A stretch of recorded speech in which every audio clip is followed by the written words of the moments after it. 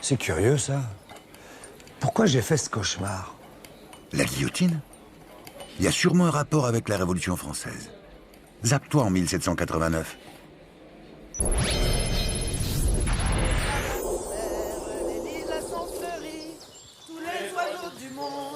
Bien joué, la zapette. Je crois qu'on est tombé en plein dans le mille. Il fait bon, fait bon, fait bon. Auprès de ma Bonjour, blonde, messieurs, dames. qu'il fait bon. Vous allez où d'un si bon pas? Et avec nous, mon garçon, tu vas comprendre. Vous allez à un mariage? Un mariage. Moi, je dirais plutôt un divorce. Je ne sais pas d'où tu sors, mais nous, on a faim. Depuis 2 ans, entre les inondations, la sécheresse et la grêle, les récoltes sont catastrophiques et le prix du pain a augmenté de 50%. À ce point-là? Et avec tout ce qu'on doit payer, aux nobles, à l'église et au roi, comment tu veux qu'on mange? Mais vous allez divorcer d'avec qui? Avec vos fourches? Avec les privilèges. Avec ce régime qui nous assaille d'impôts. T'as pas l'air au courant, mais ça chauffe de partout. En Bretagne, en Bourgogne, en Alsace, en Provence. Viens avec nous, on monte sur la capitale.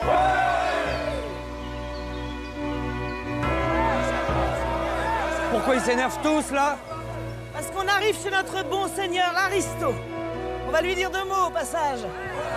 On va lui expliquer que c'est pas bien de nous réclamer ce qu'on peut pas lui donner. Ça peut plus durer. Et si je comprends bien, vous voulez la tête du roi? Le roi, on n'a rien contre lui. On l'aime bien, mais il faut que ça change. Alors là, je comprends plus. Ils savent pas ce qu'ils veulent. Détrompe-toi. À la veille de la Révolution, le peuple ne réclame pas la tête du roi. Tout juste veut-il limiter ses pouvoirs et mettre fin aux injustices et aux inégalités. Car la France de Louis XVI vit sous un régime féodal. Le peuple, enfin, le tiers-état comme on l'appelle, croule sous le poids des impôts payés au roi, aux seigneurs et au clergé. Et pendant ce temps, à Versailles, on mène la grande vie. Certains nobles perçoivent même de belles pensions, comme la comtesse de Polignac, qui reçoit 500 000 livres par an. C'est 1000 fois le salaire d'un ouvrier, et pourtant les caisses du royaume sont vides. Cette faillite est due surtout au soutien de la France dans la guerre d'indépendance américaine. Lafayette et ses amis ont coûté cher pour lutter contre les Anglais. Bref, il faut trouver des sous. Les ministres du roi, dont Necker, proposent de faire payer l'impôt à la noblesse qui, bien sûr, n'est pas d'accord. C'est pour ça que Louis XVI décide de réunir les États généraux, une grande assemblée où sont représentés la noblesse, le clergé et le tiers-état. Les députés du tiers sont choisis parmi les bourgeois, car les paysans et les ouvriers ne savent ni lire ni écrire. Enfin, le roi demande que l'on rédige partout en France des cahiers de doléances dans lesquels les Français font part de leurs plaintes. Nul doute qu'en ce printemps 1789, on est loin d'imaginer l'ampleur que va prendre la Révolution, mais la colère gronde.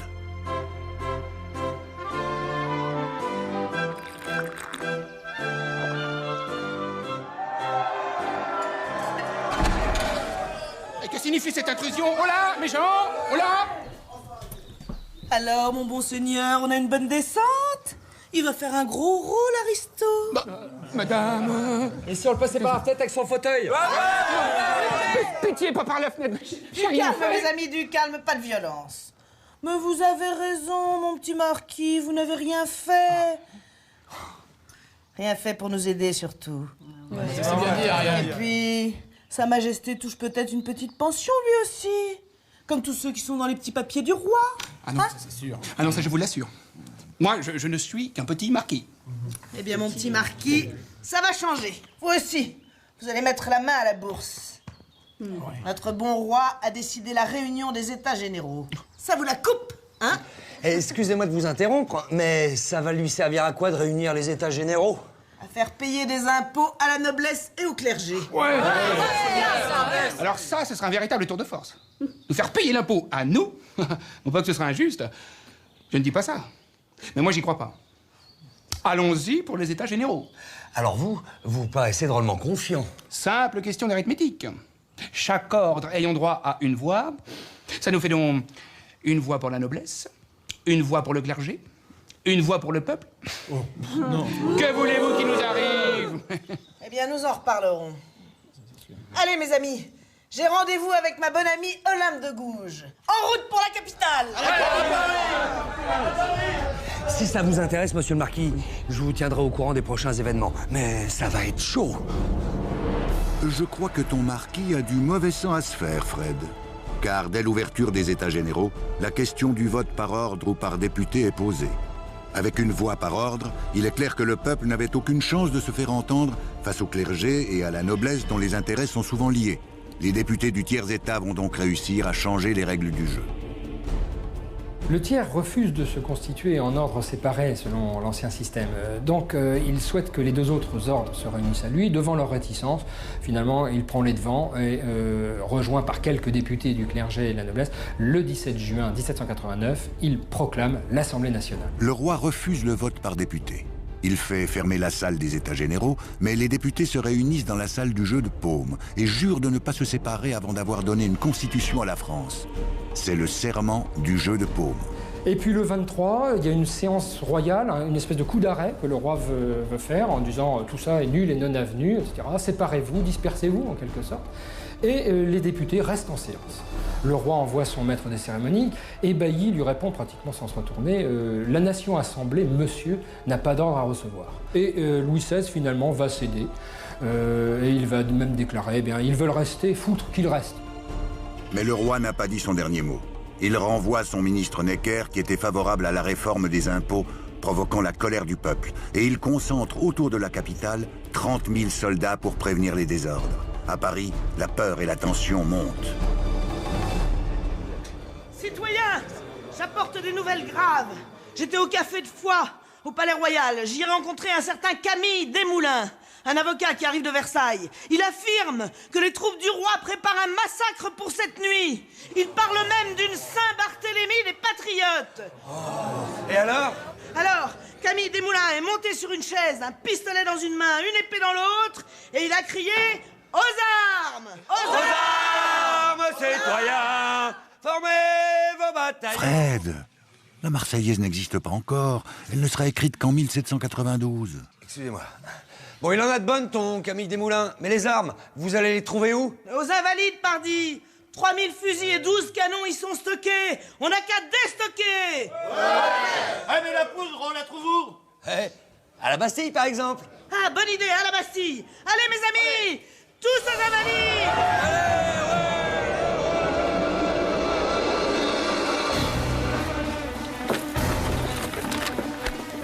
Fais attention, ça devient violent.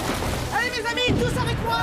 Le 14 juillet au matin, une foule de Parisiens envahit les Invalides pour s'emparer de fusils, de baïonnettes et de canons. T'es passé où, Fred? T'es pas ressorti? Non, mais je rêve ou quoi? Vous êtes en train d'éplucher des patates alors que l'huile est sur le feu? Mais vous faites quoi exactement? Je m'appelle Antoine Parmentier, je suis pharmacien militaire. Je suis très surpris que vous ayez reconnu dans ces tubercules la pomme de terre. C'est un légume révolutionnaire, vous savez. La patate? Un légume révolutionnaire? Expliquez-moi ça. Si vous saviez à quel point j'ai du mal à faire savoir toutes les vertus de la pomme de terre. Elles sont très nombreuses. Et en ces temps de disette, elles seraient d'un très grand secours pour le peuple tout entier. Non, évidemment. Mais la Cour ne veut rien savoir. L'Académie des sciences non plus, d'ailleurs. Pourquoi donc? Ils prétendent que la pomme de terre transmet la lèpre. Moi-même, j'en ai consommé pendant 1 an chez les Prussiens, quand j'étais prisonnier. Et je n'ai pas la lèpre, que je sache. En tout cas, vous avez raison. Avec un bon cornet de frites ou un hachis dans l'estomac, le peuple serait pas descendu dans la rue, hein. Si j'allais en parler au roi de vos patates. Je vous emprunte quelques patates, je vous les rendrai avec intérêt. Vous savez ce que vous êtes? Vous êtes nutritionniste. Au revoir, monsieur Parmentier. Nutri quoi?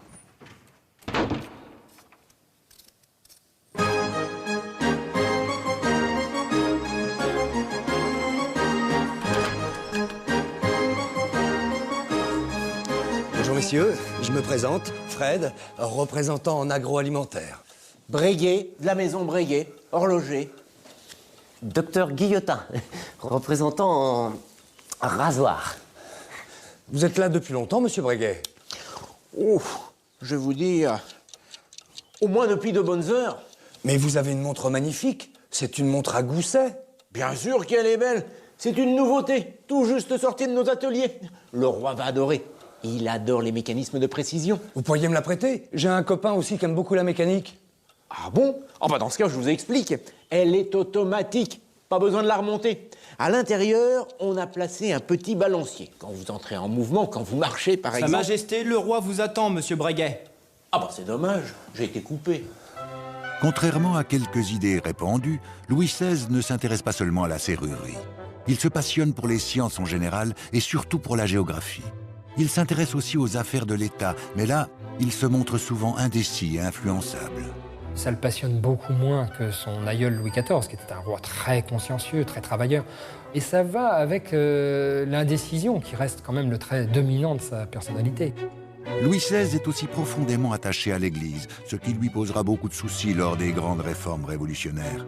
Je dirais qu'il est plus dévot que religieux. Il est très soumis à Rome et aux prêtres, chose que n'étaient pas ses aïeux. En fait, son image a été ternie par des nobles de la cour qui ont fait courir des rumeurs. Son impuissance sexuelle, le doute sur sa paternité à la naissance du dauphin ou encore les infidélités de Marie-Antoinette. Ces privilégiés de la cour ont en quelque sorte scié la branche sur laquelle ils étaient, parce que ce sont eux qui ont vraiment ruiné l'image du roi dès avant la Révolution. Grossière erreur.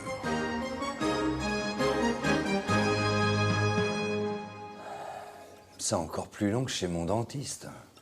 Au fait, docteur Guillotin, vos rasoirs, ils ont de l'âme? Ah non, une seule suffit. Mais ce rasoir, comme vous dites, c'est le rasoir national. Qu'est-ce que vous voulez dire par là? Vous comprenez, je ne vois vraiment pas pourquoi les criminels devraient subir des châtiments différents selon qu'ils soient riches ou pauvres, qu'ils font partie de la noblesse ou du bas peuple. C'est totalement injuste. La solution, c'est ça.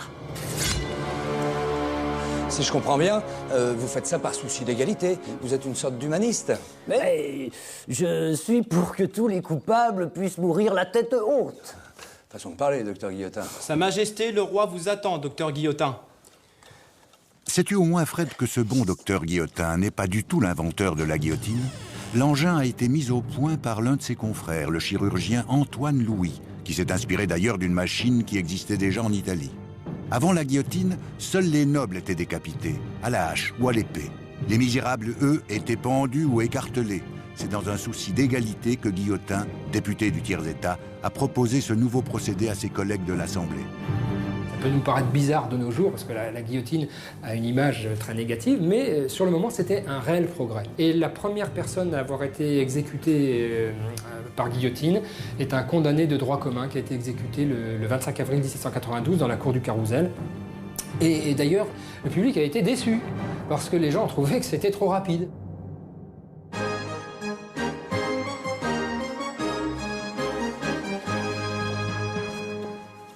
Sa Majesté, le roi, ne peut vous recevoir aujourd'hui. Une urgence l'a appelé. Rien de grave, j'espère? Non, c'est la serrure de la cave qui est bloquée. Vous lui direz qu'il ferait mieux de s'occuper des affaires du pays, plutôt que réparer les serrures. Tenez, coupez-les en fines rondelles, vous lui ferez des chips. Et puis moi, je vais rejoindre mes copains. Non, ça va, je m'en occupe. Salut les amis, bonjour. Ah, Fred. Alors, comment ça s'est passé cette prise de la Bastille? Ah bah nous on a eu chaud, hein. Une centaine des nôtres sont tombés sous les feux du marquis de Launay. Mais il a capitulé et ils ont promené sa tête au bout d'une pique dans tout Paris. Ah oui. Mais la Bastille est tombée et avec elle tout un symbole royal. Le 14 juillet. Ça c'est une date qu'il faudra pas oublier de fêter. Au 14 juillet. Ouais. Ça, on ne l'a pas oublié, ce 14 juillet 1789. Après avoir pris d'assaut les Invalides pour s'emparer de canons et de fusils, les révolutionnaires se rendent à la Bastille pour y trouver de la poudre. Les pourparlers tournent mal. Le marquis de Launay, gouverneur de la Bastille, fait tirer sur la foule. Il y a une centaine de morts. Après 4 heures de combat, la forteresse tombe aux mains des assaillants. La Bastille, c'est aussi un symbole, et ça c'est très important. Pourquoi c'est un symbole? Eh bien parce qu'on peut y être interné sur simple lettre de cachet du roi, sur simple document écrit, signé du roi, sans procès, sans avocat. Un symbole de l'arbitraire royal est tombé. Louis XVI est obligé d'accepter tout ce qu'il avait refusé auparavant. Il promet d'éloigner ses troupes de Paris et il rappelle Necker aux finances. Puis il vient à Paris et accepte bon gré mal gré de porter la cocarde bleu-blanc-rouge, le nouveau signe de ralliement des Français. Les Parisiens l'acclament, mais à Versailles, c'est la panique. Son frère, le comte d'Artois et d'autres proches du roi s'enfuient à l'étranger. Bonjour à tous. Olympe. Tiens, Fred. Je te présente mon ami Olympe. Enchanté, Olympe. Assieds-toi. Ariane m'a dit que vous défendez la cause des femmes. Oui, j'essaie de les engager dans le combat révolutionnaire, mais... Enfin, j'essaye. J'ai écrit 12 pamphlets cette année. Le dernier s'intitulait « La France sauvée par les femmes ». J'ai bien peur que ça n'ait pas beaucoup plu à nos législateurs. Vous êtes journaliste, en quelque sorte? Oui, si on veut, mais on a interdit la publication de mon dernier journal, qui s'appelait pourtant « Le Journal du Peuple ». Olympe est une artiste aussi. Elle écrit les pièces pour le théâtre. Enfin, pour l'instant, je passe tout mon temps dans les tribunes des Jacobins et à l'Assemblée. Vous faites de la politique, quoi? Oui, voilà, de la politique. Je lutte pour la liberté et l'égalité. Mais pour l'heure, le pays va mal, les amis. Le chômage, la misère ont mis sur les routes des milliers de vagabonds qui pillent les campagnes, qui brûlent les récoltes. Et alors? Et alors, les paysans sont armés. On dit même, mais c'est une rumeur, que des mercenaires étrangers auraient été engagés par des aristocrates pour égorger les paysans. C'est la panique. Écoutez-moi. Les paysans pillent les châteaux. Ils brûlent les archives. C'est la grande peur. Je vous le dis, ça sent la fin des privilèges. Tiens, d'ailleurs, ça, il faudrait que j'écrive. Martin, du papier. Je devrais peut-être aller prévenir notre bon marquis. Merci. À bientôt. À bientôt, Fred. Dis donc, l'abolition des privilèges, c'était quand déjà? La nuit du 4 août, Fred. C'est dans 15 jours. Bah c'est bientôt. Je vais voir le marquis.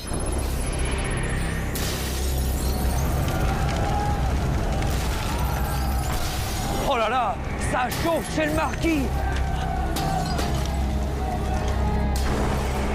Monsieur le marquis, où êtes-vous? Monsieur le marquis, c'est moi. Oh, encore vous? Enfin, ils m'ont tout pris. Alors faites comme bon vous semble. Mais je suis pas venu vous terroriser. Je suis venu vous raconter la suite des événements, je vous l'avais promis. Vous auriez peut-être pu venir un petit peu plus tôt, non? Enfin... Quoi de neuf? Je peux vous dire, ça va pas s'arranger pour la noblesse. Dans quelques jours, tous vos privilèges vont tomber. Non? Le servage? Oui, le servage. Les corvées? Les corvées. La justice seigneuriale? Ouais. Et tous vos droits féodaux. C'est pas possible! Mais si, je vous l'assure. Mais comment vous savez ça, vous? J'ai mes sources. Je peux même vous dire que ça va pas s'arranger pour le clergé. Pour le clergé aussi? Ça serait trop vous demander d'aller porter la nouvelle à mon ami, le curé de notre paroisse. C'est bien pour vous faire plaisir, hein. Mais en attendant, je vais passer un coup de fil aux pompiers qui vous envoient les Canadaires. Oui. Sinon, tout va cramer. Les Canadaires, mais enfin, c'est qui les Canadaires? Oh, mais non, ça suffit, les Canadaires! Mais non, pas les Canadaires! Pas les Canadaires! Oh non! La grande peur gagne presque tout le pays. À l'Assemblée aussi, les députés ont peur, en particulier la noblesse et le clergé. Il faut agir vite. C'est la nuit du 4 août 1789. Il y a eu des propositions un petit peu extravagantes qui consistaient, de la part de très grands aristocrates, à dire eh bien, j'abandonne mon privilège sur le droit de chasse, je supprime mes corvées, etc. Au bout du compte, il a été décidé l'égalité de principe pour tous, égalité fiscale, égalité devant l'impôt, et suppression des ordres, des dignités et des privilèges. Dans cette folle nuit du 4 août, toute la société de l'Ancien Régime s'écroule. Mais en aucun cas la propriété privée n'est menacée, même celle des nobles. Les droits féodaux doivent être rachetés, ce qui favorise les paysans les plus riches. Ça doit être là.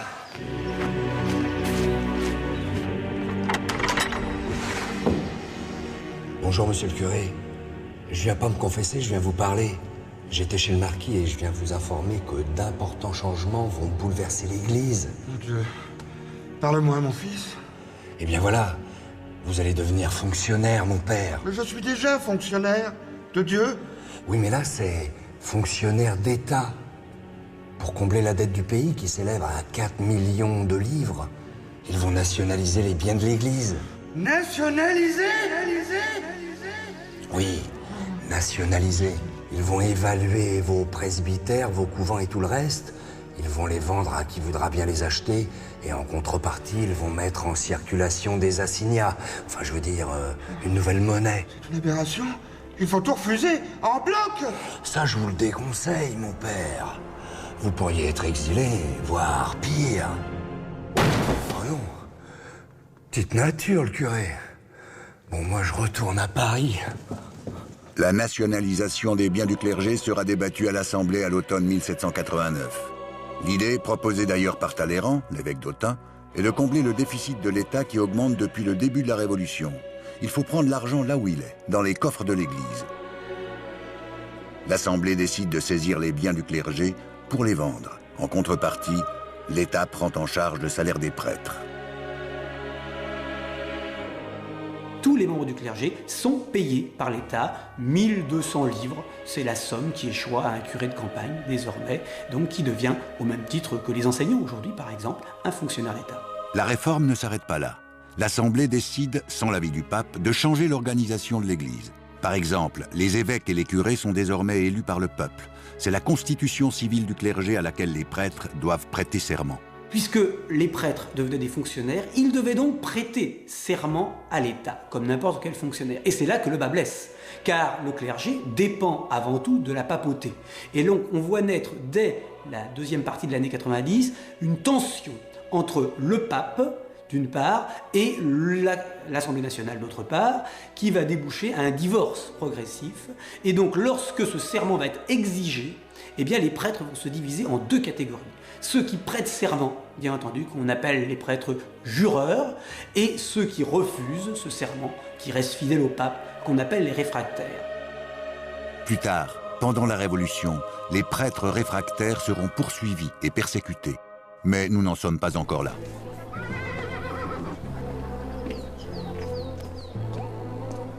La Déclaration des droits de l'homme et du citoyen du 26 août 1789. Ils l'ont votée. C'est le début de la démocratie, alors? Oui, si tu veux. Bah regarde, on parle de liberté d'opinion, de liberté de croyance, de liberté d'expression. Oui, mais ils ont oublié de parler de l'esclavage, du suffrage universel, de l'égalité des sexes, et j'en passe. T'as pas tort. Mais ils parlent aussi de séparation des pouvoirs, d'égalité civile et fiscale entre les citoyens, de présomption d'innocence pour les accusés. C'est quand même pas rien. Tu vas voir ce qu'ils vont en faire de tout ça. Bah faut pas être pessimiste comme ça. Ça va pas, Fred? Oh, salut Ryan. Bonjour Olympe. Non, j'étais en train de penser tout haut à la Déclaration des droits de l'homme. Vous avez vu, ils l'ont placardé partout. Ah oui, ça on l'a vu, hein. Et bientôt, on va pouvoir afficher aussi la Déclaration des droits de la femme. Non. Si. Mon ami Olympe en a commencé la rédaction. C'est vrai? Oui, c'est vrai. Écoute un peu. Vas-y Olympe, lis-lui un passage. Bon alors juste un passage parce que j'ai rendez-vous. Article 10 par exemple. Nul ne doit être inquiété pour ses opinions, même fondamentales. La femme a le droit de monter sur l'échafaud. Elle doit aussi avoir le droit de monter à la tribune. Pas mal. Et voilà. C'est vrai ça. Bon, les amis, comme je vous l'ai dit tout à l'heure, j'ai un rendez-vous. Guillaume! T'as vu? C'est quelqu'un celle-là. Hein. Enfin, c'est quand même que des mots tout ça. Au fait, tu sais ce qu'on a fait pendant ton absence? Non. On est allé lui demander du pain au roi. Du pain au roi, mais quelle idée! Et tu sais pas? On l'a pris en otage et on l'a ramené à Paris avec toute sa famille. Le boulanger, la boulangère et le petit vitron. C'est pas vrai. Et c'est encore une femme qui était à la tête des opérations. Ne me dis pas que c'était toi. Non. J'aurais bien aimé, hein. Mais c'est Théroigne de Méricourt. Encore une sacrée bonne femme, celle-là. Le 5 octobre, environ 8000 femmes venues des faubourgs de Paris décident de marcher sur Versailles. Elles veulent obtenir du roi des mesures pour ravitailler la capitale en pain.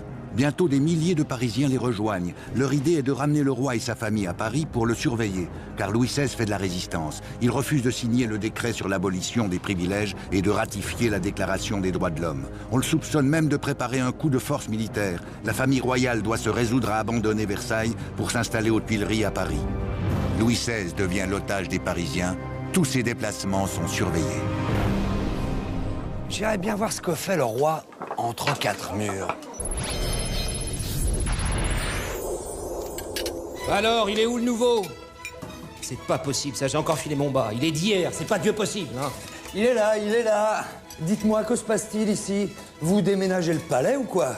Il semblerait que notre bon roi veuille préparer un pique-nique avec sa petite famille. Un pique-nique? Je dirais plutôt un banquet. Vous avez vu toutes les bouteilles de vin qu'il emmène? Oui, écoutez, on se passe de vos réflexions, hein. Vous penserez à prendre l'argenterie et j'irai demander à la lingerie de préparer des tenues de domestiques. Des tenues de domestiques pour le roi et sa famille? Oui, bon, restez pas dans mes pattes, Maïté. Oui, il semblerait qu'il veuille préparer un petit jeu. Un jeu? À mon avis, ils préparent plutôt leur fuite. Bon, vous avez vu l'heure. Oui, bon, ça va. Oui, c'est l'heure. Je vais aller border Sa Majesté. Border Sa Majesté? Bah oui, toutes les nuits, je dors au pied de son lit. Au cas où il aurait besoin des services. Tenez, donnez-moi un coup de main. Faites-moi un nœud, là. Alors, vous voyez, je me fixe une petite cordelette au poignet, comme ça, il n'y a qu'à tirer, et Sa Majesté est servie. Et c'est lui. Vous avez vu, c'est marrant. C'est drôle, ça. C'est aussi son chien de garde. Bon, ça suffit maintenant, Maïté, hein? Je suis son valet de chambre, monsieur. Je m'appelle Lemoine. C'est moi, son homme de confiance. Bonne nuit, le moine. Bonsoir, monsieur. Eh ben, j'espère que ce soir, il va ouvrir l'œil, hein, parce qu'il risque d'avoir des surprises. Eh oui. Le 21 juin au matin, le moine va trouver le lit du roi vide. Pendant la nuit, toute la famille royale s'est enfuie de Paris. Le roi décide de partir à Montmédy, rejoindre les princes émigrés et leurs armées dirigées par le marquis de Bouillé. Le roi était déguisé en valet de chambre, tout se passe apparemment très bien, il fait très chaud, il a sans doute pris du retard sur la route parce qu'il s'est arrêté pour pique-niquer, hein, pour boire, ça on va beaucoup le raconter après coup. À la fin de la journée du 21 juin, le roi arrive à Sainte-Menehould où il est reconnu par l'aubergiste et également maître de poste, Drouet, qui a des doutes sur l'identité, donc le laisse partir, mais va le rejoindre à Varennes, où il sonne l'alerte. Et à Varennes, le roi est arrêté dans l'épicerie, auberge également, de Monsieur Sauce. Dès son arrestation, l'Assemblée constituante le suspend de ses fonctions. Il rentre à Paris au milieu d'une foule silencieuse et méprisante qui ne se découvre plus sur son passage. L'abolition de la royauté est désormais à l'ordre du jour. Salut la compagnie. Tiens, on se demande toujours d'où il sort celui-là. La question. Salut, citoyen Fred, assieds-toi. Alors, quoi de neuf chez vous? Tu sais qu'il nous a fait une fugue, Louis XVI. Bon, personne n'a été dupe. Hein. Non. Il avait laissé une lettre dans laquelle il expliquait qu'il allait avec sa famille à Metz chez ses bons amis et qu'il reviendrait quand tout serait propre et sec. Bon, bah oui. Et alors, il est revenu? Oh, Manu Militari, oui. On l'a ramené celui-là. Et ça a changé quoi tout ça? Ça a foutu la pagaille chez les révolutionnaires. Explique-moi. Les Cordeliers. Tu sais, ceux de Danton et de Marat, ils veulent plus entendre parler du roi. Ils veulent une république. Les Jacobins, eux, ils sont plus modérés. D'une part, ils exigent le départ du roi, mais ils veulent mettre à sa place un régent, Philippe d'Orléans. C'est son cousin. Et à l'Assemblée, les députés, ils disent quoi? Ah ben on va demander à Olympe, elle en vient. Olympe? Oui? Fred voudrait savoir, les députés, qu'est-ce qu'ils disent à l'Assemblée? Ils veulent que la révolution s'arrête. Plus de vagues. Du coup, ils ont même réussi à faire voter ce matin même un décret qui innocente le roi et le rétablit dans toutes ses fonctions. Oh non! C'est pas la honte, ça? Alors, si je comprends bien, toute votre révolution, là, elle a servi à rien. Doucement, doucement, là. Attention, Fred. Le sujet est sensible. Après la fuite du roi, la révolution se complique. Cette fois, Louis XVI perd bel et bien la confiance du peuple et les révolutionnaires se divisent sur son sort. Le 17 juillet 1791, les Cordeliers menés par Danton et Marat appellent les Parisiens à se réunir au Champ de Mars pour signer une pétition qui réclame la déchéance du roi. Mais la manifestation tourne au drame. Le maire de Paris, Bailly, décide d'envoyer Lafayette avec ses troupes, c'est-à-dire la garde nationale, pour rétablir l'ordre, et Lafayette fait tirer dans la foule. Au bout du compte, il y a une cinquantaine de morts lors de cette journée du 17 juillet 1791. Alors, à la suite, ça bat en fait sur l'opinion publique, sur la presse, ce que l'on appelle la terreur tricolore, c'est-à-dire qu'un certain nombre de journaux sont interdits et de journalistes sont obligés de s'enfuir, comme Marat par exemple. Finalement, Louis XVI doit se résoudre à accepter la Constitution, la première Constitution de la France. Le 14 septembre 1791, il prête serment devant l'Assemblée. C'est la fin de la monarchie absolue de droit divin. Elle fait place à une monarchie constitutionnelle dans laquelle le roi garde un certain nombre de pouvoirs. Une nouvelle assemblée est élue, mais uniquement par les citoyens aisés, qui paient un impôt, le cens. Cette situation provoque la rancœur du peuple d'un côté et celle du roi de l'autre. Moi, je me demande bien comment il va s'en sortir, le roi. Qu'est-ce que t'en penses, toi? Si j'allais faire un tour à la cour du roi? Mais ça va pas mieux, Fred? Tu trouves une petite mine? Vous avez raison. Je vais prendre l'air. Dites donc, mon cher Lemoine, on dirait que le roi dort sur ses deux oreilles en ce moment. Vous avez plutôt bonne mine. Non, mais enfin, je veux dire, ça va plutôt bien entre les députés et le roi. Il n'y a plus de problème. Écoutez, attendez-moi une seconde, je vais porter ça au petit salon et je vais vous expliquer quelque chose. Qu'est-ce qu'il veut dire? On a cru comprendre que le roi allait utiliser son droit de veto pour l'histoire des prêtres réfractaires. Pour les quoi? Mais si les révolutionnaires veulent obliger tous les prêtres à accepter la constitution civile du clergé, sinon ils seront considérés comme réfractaires, enfin comme rebelles si vous voulez. Mais à mon avis, le roi ne signera jamais ce décret. Il a toujours été du côté du curé. Comment vous savez tout ça, vous? Quand on déshabille une reine tous les soirs, on finit par apprendre des choses. Dites donc, ça réfléchit au petit salon, hein? On dirait qu'il complote. Il complote quoi? Bah, il parlait de guerre. De guerre? De guerre contre qui? On va t'expliquer, tiens. La guerre contre les autres monarchies d'Europe. La Prusse, l'Autriche. Et cette guerre, elle plairait bien à notre bon roi parce qu'il pense que notre armée révolutionnaire va être battue par les armées de ses bons amis. Comme ça, il pourrait récupérer son petit royaume et continuer à bricoler ses serrures tranquilles. T'as compris, citoyen? Oui, bah enfin, c'est pas évident de tout comprendre d'un seul coup, hein. Bah, demande à ton narrateur, là, il va t'expliquer, lui. Bah oui, demande-y. Vous avez déjà vu l'émission? Bien sûr que non. Pas besoin, on entend que lui. Bon, bah vas-y, explique, toi. Discrètement. Narrateur. C'est malin, tu m'as fait repérer. En attendant, sans moi, tu seras un peu perdu. Bon, je t'explique. La guerre menace parce que les monarchies européennes voient d'un très mauvais œil cette France turbulente. D'ailleurs, certains révolutionnaires français sont favorables à un conflit pour porter la liberté et la révolution au peuple d'Europe. Louis XVI lui-même n'est pas opposé à la guerre, mais pour d'autres raisons. La guerre, effectivement, est votée le 20 avril 1792 avec l'aval du roi, ce qui peut paraître surprenant puisqu'il déclare la guerre à ses propres parents et à ses soutiens, on peut dire d'une certaine manière. Mais Louis XVI sait très bien que, en déclarant la guerre, eh bien, la révolution risque de s'effondrer. En effet, les réformes très nombreuses qui se sont enchaînées ont désorganisé, en grande partie, entre autres, l'armée. Il y a une grande contestation qui s'est développée, entre autres, contre les officiers d'origine aristocratique. Et donc Louis XVI pense qu'en encourageant les partisans de la guerre, eh bien, il va entraîner l'effondrement du gouvernement révolutionnaire. Les premières batailles sont catastrophiques pour l'armée française. La tension monte dans la capitale. Dès le 20 juin, la foule rentre dans les Tuileries et met un bonnet phrygien sur la tête de Louis XVI. Et puis, des bruits courent, comme quoi Louis XVI et d'autres aristocrates qui sont encore présents en France comploteraient avec les ennemis de la France. La déchéance du roi est à l'ordre du jour. Mais coup de tonnerre, le chef de l'armée prussienne menace de décimer toute la population parisienne. C'est le manifeste de Brunswick. Le 10 août 1792, tout bascule. Danton prend le pouvoir à l'hôtel de ville. C'est la commune insurrectionnelle de Paris. Les insurgés attaquent les Tuileries. Les combats font plus de 1000 morts. Le roi se réfugie auprès de l'Assemblée, et puis donc la foule s'empare finalement des Tuileries alors que le roi n'y est plus. Et c'est à l'issue bien sûr de cet épisode que finalement prend fin la monarchie constitutionnelle et que la Révolution rentre dans une étape tout à fait nouvelle, une étape beaucoup plus radicale, bien entendu. Louis XVI et sa famille sont internés à la prison du Temple. Cette fois, c'est la fin de la monarchie constitutionnelle. Quelques semaines plus tard, après la victoire de Valmy en septembre 1792, la Première République est proclamée. Sa première mission est de régler le sort du roi. C'est pour ça que je voudrais que vous compreniez. Bonjour Olympe. Ah, bonjour, citoyen Fred. Alors, toujours en train de faire campagne? Je suis sûr qu'elle est en train de vous vendre les droits de la femme, c'est ça? Toujours aussi drôle, hein? T'as eu la presse?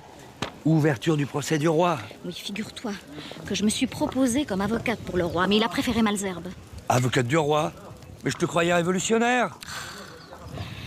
C'est difficile, citoyen Fred. C'est ça, la révolution. Le droit pour tous d'être défendu devant les tribunaux. Hein? Même pour le roi? Oui, même pour le roi. En attendant, je crois qu'il va lui laisser des plumes. Ah, les plumes, le chapeau, la tête, l'alouette. Le procès du roi a lieu devant un tribunal bien singulier. Ce sont les députés de la Convention, la nouvelle Assemblée, qui le jugent. Il s'agit donc d'un procès, disons, politique. Le roi est accusé de conspiration contre la sûreté de l'État. On a découvert dans son armoire de fer des Tuileries sa correspondance avec les monarques européens, mais aussi avec certains de ses généraux.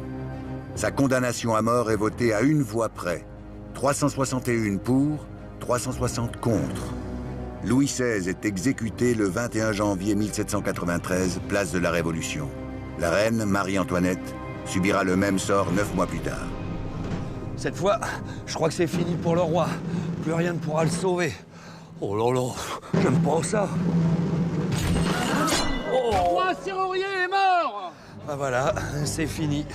En tout cas, c'était pas mon tour de passer sur l'échafaud. C'était pourtant quelqu'un de bon. C'est incroyable les réflexions des gens. Faudrait savoir ce qu'ils veulent. En tout cas, la révolution continue. Et elle est loin d'être finie. Tiens, Fred, on va faire une expérience. Zappe-toi le 10 octobre 1793. Une expérience?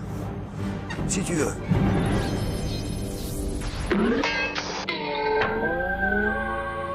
Oh bah voilà autre chose.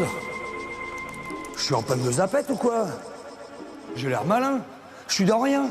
Mais non, Fred. Le 10 octobre 1793, ça n'existe plus. Le calendrier révolutionnaire est entré en vigueur. Tu aurais dû te zapper le 19 Vendémiaire de l'an 2. Ah, elle est bien bonne. Bon, mais tu crois qu'elle peut faire ça, ma zapette? Bah, essaye. Bon, j'essaye.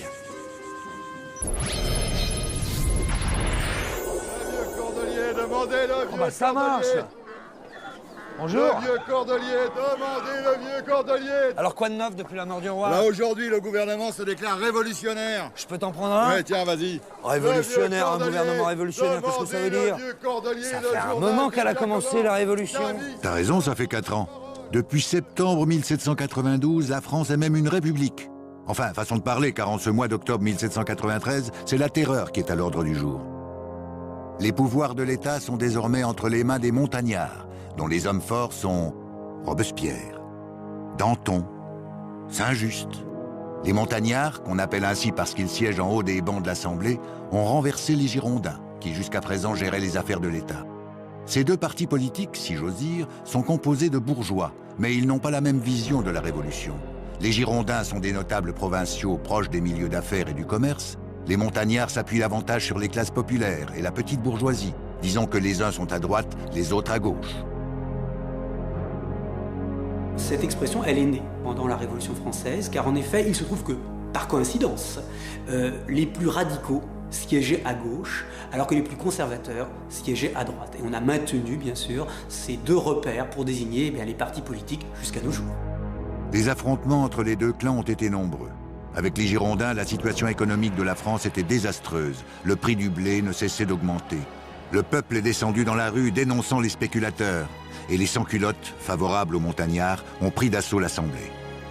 La Convention, en fait, sous la pression populaire, va décréter l'arrestation de quelques dizaines de députés girondins. Ils seront donc incarcérés, certains s'enfuiront en province, se cacheront pendant des mois, et ceux qui ont été arrêtés seront exécutés en octobre 1793. C'est ainsi que les montagnards ont pris le pouvoir, mettant en place un nouveau régime qui veut faire table rase du passé.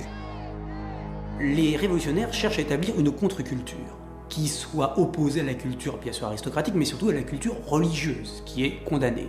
C'est pourquoi, par exemple, Robespierre va chercher à substituer à Dieu un Dieu beaucoup plus vague, qu'il va appeler l'être suprême. Robespierre se méfie de l'athéisme, dont il pense qu'il pourrait effectivement créer une sorte d'indiscipline. Donc il recherche finalement un substitut à Dieu. On peut signaler aussi les noms des saints qui disparaissent. À la place, ce sont des objets. Certaines personnes se sont appelées brouettes ou portes ou arrosoirs, puisque ce sont les termes qui étaient désormais dans le calendrier. Les mois également ont changé de nom. On a parlé de Thermidor, de Fructidor.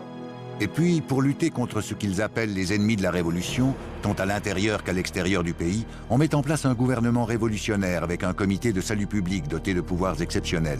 C'est le début de la terreur. Sois prudent, Fred. Bah, il n'y a plus personne ici. Excusez-moi, vous n'avez pas vu mes copines citoyennes et leurs amis? Non, jeune homme, depuis longtemps. Et par les temps qui courent, allez savoir ce qu'ils sont devenus. Et demandez plutôt à monsieur, là. Il doit en savoir plus, lui. Bonjour, monsieur. Excusez-moi de vous déranger. Je peux m'asseoir à votre table? En principe, jeune homme, personne ne supporte ma présence à sa table. Pourquoi vous me dites ça? Je suis le responsable de la bascule à Charlot. La bascule à Charlot? Jamais entendu parler de ça. La guillotine, vous connaissez? Je suis le bourreau. Charlot, c'est moi, hein? Je m'appelle Charles-Henri Sanson. Je commence à comprendre mon cauchemar, moi. Dites-moi, comment on devient bourreau? Ça se transmet. De père en fils, figurez-vous.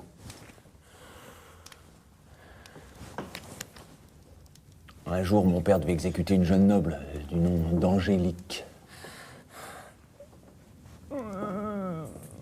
Mon père, il a pas pu. Mais vraiment pas pu. Il m'a dit, fils, il est temps pour toi d'aider ton pauvre père.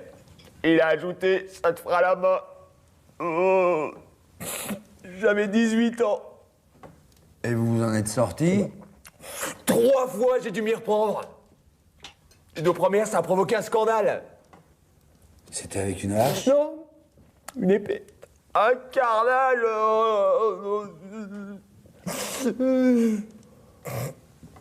Parce qu'avant, la guillotine, c'était l'épée, le glaive ou la hache. Enfin, pour les nobles. Parce que les autres, c'était la corde, les supplices. Ouais, d'accord. Quel sale boulot! Ah, tu l'as dit. Jusqu'au XVIIIe siècle, les bourreaux sont tellement craints et indésirables qu'ils devaient loger en dehors des villes. Sous la Terreur, il y en a un par département. Le nombre d'exécutions est affolant. On guillotine parfois jusqu'à 30 personnes par jour. Quelle fréquentation, Fred. Hé, attends-moi! T'es sûr que tu veux pas boire un autre verre? Non, faut que je rentre. Parce que j'ai une famille et des petits bourreaux à nourrir, moi. Et d'ailleurs, ce soir, ça va encore être des patates. Oh, des patates, ça ferait plaisir à Parmentier, hein? Oui, bah, toujours est-il que pré-midi, duodie, des patates. Tridie, quartidie, quinquidie, des patates. Sextidie, septidie, octidie, nonidie, des patates aussi. Et des caddies? Des caddies, des patates au beurre. Vous mangez des patates 10 jours par semaine, vous? Bah ouais, depuis leur calendrier révolutionnaire. Avant, c'était seulement 7 jours par semaine. Et tu me dis, ah, c'est pas mauvais, les patates, hein? Ouais, et le pain et le bœuf, c'est pas mauvais non plus. C'est pas la révolution qui a arrangé les choses. Et avec les mauvaises récoltes de cette année et les prix bas imposés par nos députés, eh ben, les paysans gardent leur grain. Et pas de grain. Pas de pain? Et pas de pain. Pas de chocolat. Écoute, Fred. En tout cas, à Paris, tout est rationné. Ouais, à la campagne, ça va pas mieux non plus. J'ai entendu dire que beaucoup de villes sont dans la guerre civile. Lyon, Bordeaux, Marseille, et j'en passe. De toute façon, les affaires vont mal un peu partout. Tiens, je te présente la bascule à Charlot. Enchanté.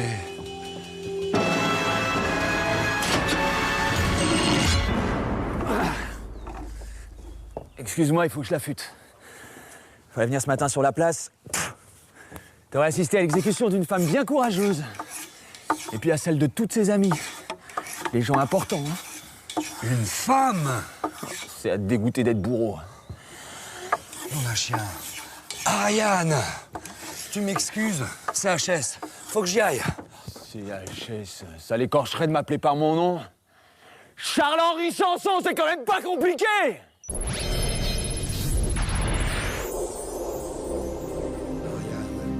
Ariane, je suis content de te voir. J'ai vraiment eu peur qu'il te soit arrivé malheur. Salut l'ami. Comme tu vois, je suis en bonne santé. Eh ben, je préfère te voir ici qu'à Paris parce que tu sais que là-bas, les têtes tombent les unes après les autres. Et récemment, j'ai eu vent qu'une femme avait été guillotinée. Alors forcément, j'ai tout de suite pensé que c'était toi. C'était Olympe, mon ami. Son dernier pamphlet lui a été fatal. Elle appelait un référendum pour que les Français puissent choisir librement leur type de gouvernement. Elle écartait provisoirement la République centralisée. Et c'est la République qui l'a définitivement écartée. On n'a rien pu faire. Je suis très triste. Et ici, ça se passe comment avec les Bleus, comme vous les appelez? Comment? T'es pas au courant du dernier décret que Danton a fait voter? Quel décret? La réquisition de 300 000 hommes pour partir en guerre contre l'Autriche et la Prusse. Il voulait les tirer au sort parmi tous les hommes célibataires entre 18 et 40 ans. Ça s'est pas passé comme ça, hein. Les hommes n'étaient pas d'accord. Qu'est-ce qu'ils ont fait? À Cholet, par exemple, ils ont résisté aux forces de l'ordre. Et ils sont constitués en armée. Et aujourd'hui, ils portent la cocarde blanche. Tu veux dire celle de la monarchie? Celle de la monarchie. Tu te rends compte? C'est la révolution contre la révolution. Elle a raison. Il faut dire que depuis la chute de la monarchie, la province a du mal à suivre les événements qui se passent à Paris. En Vendée, les paysans ont déjà été choqués par l'exécution du roi et les mesures contre le clergé.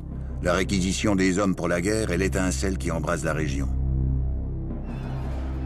Les paysans se rebellent. Ils attaquent les forces de l'ordre et se livrent à quelques massacres contre les partisans de la Révolution. C'est le début des guerres de Vendée. Ils ne savent pas se battre contre les gardes nationaux, par exemple, qui tiennent les villes. Et donc, ils vont aller chercher des nobles, des aristocrates, qui sont tous, pour la plupart, d'anciens militaires. Charette, par exemple, qui est un ancien militaire. Néanmoins, pour donner le change, on choisit comme premier généralissime en Vendée un roturier, qui s'appelle Catelino, Il sera donc un peu le représentant bien de cette armée catholique et royale, car on se bat pour le roi et pour la religion. Cette armée, formée d'hommes inexpérimentés, va pourtant réussir à mettre l'armée républicaine en déroute et à prendre le contrôle de plusieurs villes. D'autres mouvements contre-révolutionnaires se développent dans le Midi, en Alsace, en Normandie, ou encore en Bretagne, où il prend le nom de chouannerie. À Paris, la Convention prend un décret qui condamne à mort les personnes arborant la cocarde blanche. Puis pour mater l'insurrection vendéenne, on envoie des soldats chargés de brûler tous les villages. On les appelle les colonnes infernales. La première guerre de Vendée, en fait, va se terminer en 2 temps. Tout d'abord, premier épisode, décembre 93, les armées vendéennes sont vaincues à Savenay. La guerre reprend tout de suite après, suite aux colonnes infernales, mais en 95, lorsque la terreur cesse à Paris, les Vendéens obtiennent du gouvernement révolutionnaire la possibilité d'une part de ne plus partir à la guerre et d'autre part que leurs prêtres, les prêtres qui avaient refusé finalement de prêter serment à la Constitution, puissent retrouver leur poste. À partir de ce moment-là, les 2 revendications essentielles sont satisfaites et les Vendéens rentrent chez eux. On estime que les guerres de Vendée ont fait entre 80 000 et 200 000 morts. Dansons la carmagnole, vive le son, vive le son. Dansons la carmagnole, vive le son du canon. Ça te dirait, beau gosse, de toucher à l'amour? Sans pas de temps, vous êtes gentil. Ouais, on se connaît. On s'est déjà rencontrés aux Tuileries. Vous étiez la servante de la reine. Eh oui, avant je déshabillais la reine, maintenant c'est moi qu'on déshabille. Bon, allez, tu m'offres à boire. Allez, volontiers. Mais qu'est-ce qu'ils font là? C'est une boum? Ils viennent de planter un arbre, symbole républicain de la liberté. Ah bon? C'est ton collègue Lemoine là-bas. Hé, Lemoine! Il a pas l'air en forme, hein. Alors? Comment tu vas depuis la dernière fois? Mal, très mal, je vais très très mal. Un peu au chômage technique, comme madame. Madame n'a plus soif, mais tu peux boire à ma santé. C'est vrai que maintenant, il va falloir penser à te recycler, hein. C'est le moment de retourner sa veste. Plus de roi, plus de reine. Je vais aller postuler chez les sans-culottes, moi, si ça continue. Non mais t'imagines, plus de roi, plus de reine. Le chôme-du, quoi. Eh, dis-moi, Lemoine, qu'est-ce qu'ils font les gendarmes derrière, là? Contrôle les identités. Ils ont instauré une sorte de carte civique pour savoir qui est qui. L'ancêtre de la carte d'identité, quoi. Bonjour, messieurs. Vos papiers, s'il vous plaît. Oui, bien sûr, tout de suite, messieurs. Voilà, messieurs. C'est tout ce que j'ai.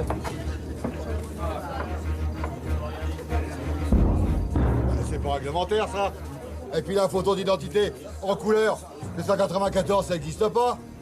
C'est ta carte de suivi, ce que je veux voir.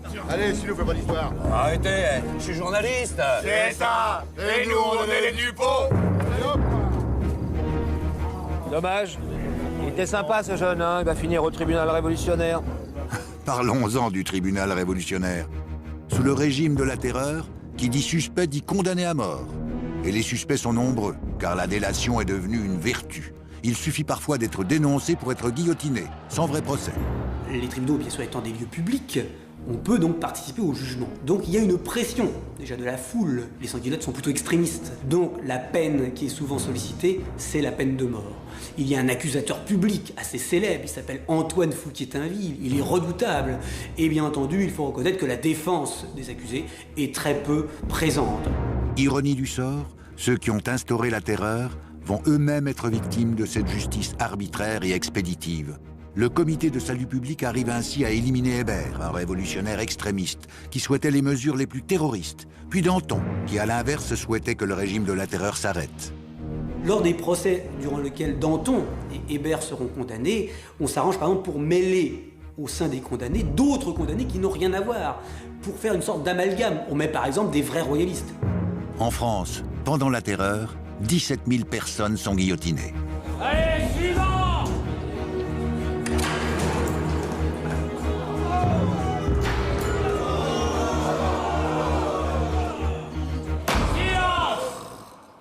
Citoyen, alors, on me dit que tu n'as pas de papier?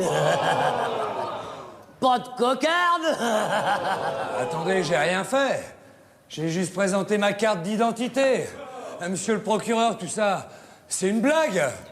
Je ne sais pas ce que tu entends par blague, mais ici, tu es dans un tribunal révolutionnaire.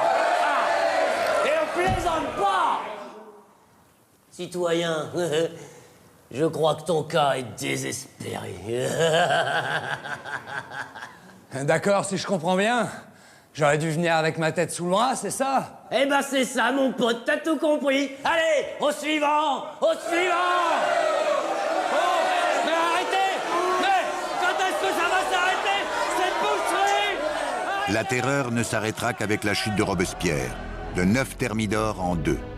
L'incorruptible, comme on l'appelle, est victime d'un complot monté par d'autres montagnards, partisans d'une terreur à outrance, mais qui craignaient eux aussi de figurer sur la liste des guillotinés.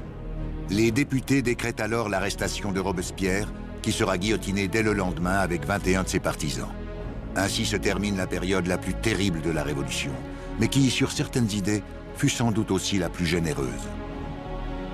C'est une époque où l'on voit apparaître des mesures tout à fait étonnantes, tout à fait spectaculaires, même si elles ne suivront pas finalement leur cours. C'est par exemple l'abolition de l'esclavage, qui avait été refusée au début de la Révolution, parce qu'il y avait des intérêts dans les colonies. C'est aussi la loi dite du maximum, où on tente de fixer les prix, d'empêcher cette inflation qui crée bien sûr des conditions extrêmement difficiles au sein du petit peuple de Paris. Et l'on voit apparaître des mesures qu'on pourrait peut-être appeler des mesures sociales déjà finalement, et on préfère finalement prendre l'argent chez les plus riches et tenter d'assurer, je dirais, le minimum vital pour ce groupe social qui est, il faut le dire quand même, le principal soutien du gouvernement révolutionnaire.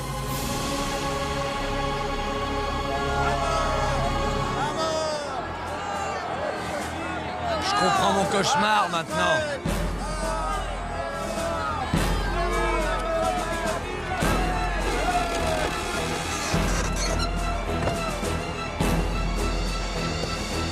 Comment je vais me sortir de cette histoire-là, moi? Sachesse! Non, pas toi! Une fois que je trouve quelqu'un qui accepte de boire à ma table! Remets-toi! Dis-moi, est-ce que je peux formuler mes dernières volontés dans cette situation? C'est quoi tes dernières volontés? Prends le truc qui est dans ma botte, derrière. Là.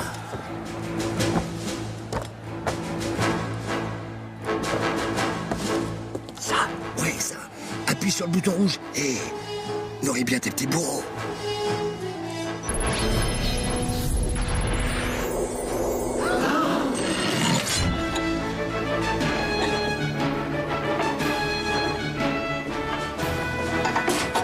Dis donc, tu t'en sors bien. Pas de problème, j'ai ma zapette. Oui, mais un jour, ça marchera pas. Bon, pourquoi ça marcherait pas? T'as vérifié les piles au moins? Bah, t'as raison, j'avais pas pensé. Ah, tu vois, t'aurais pu tomber en panne de piles. Ah oui, mais j'ai mon chargeur. Ah, parce que tu crois qu'il y avait de l'électricité sous la Révolution française? Bah non, évidemment. Donc, tu t'en sors bien. Il a toujours raison.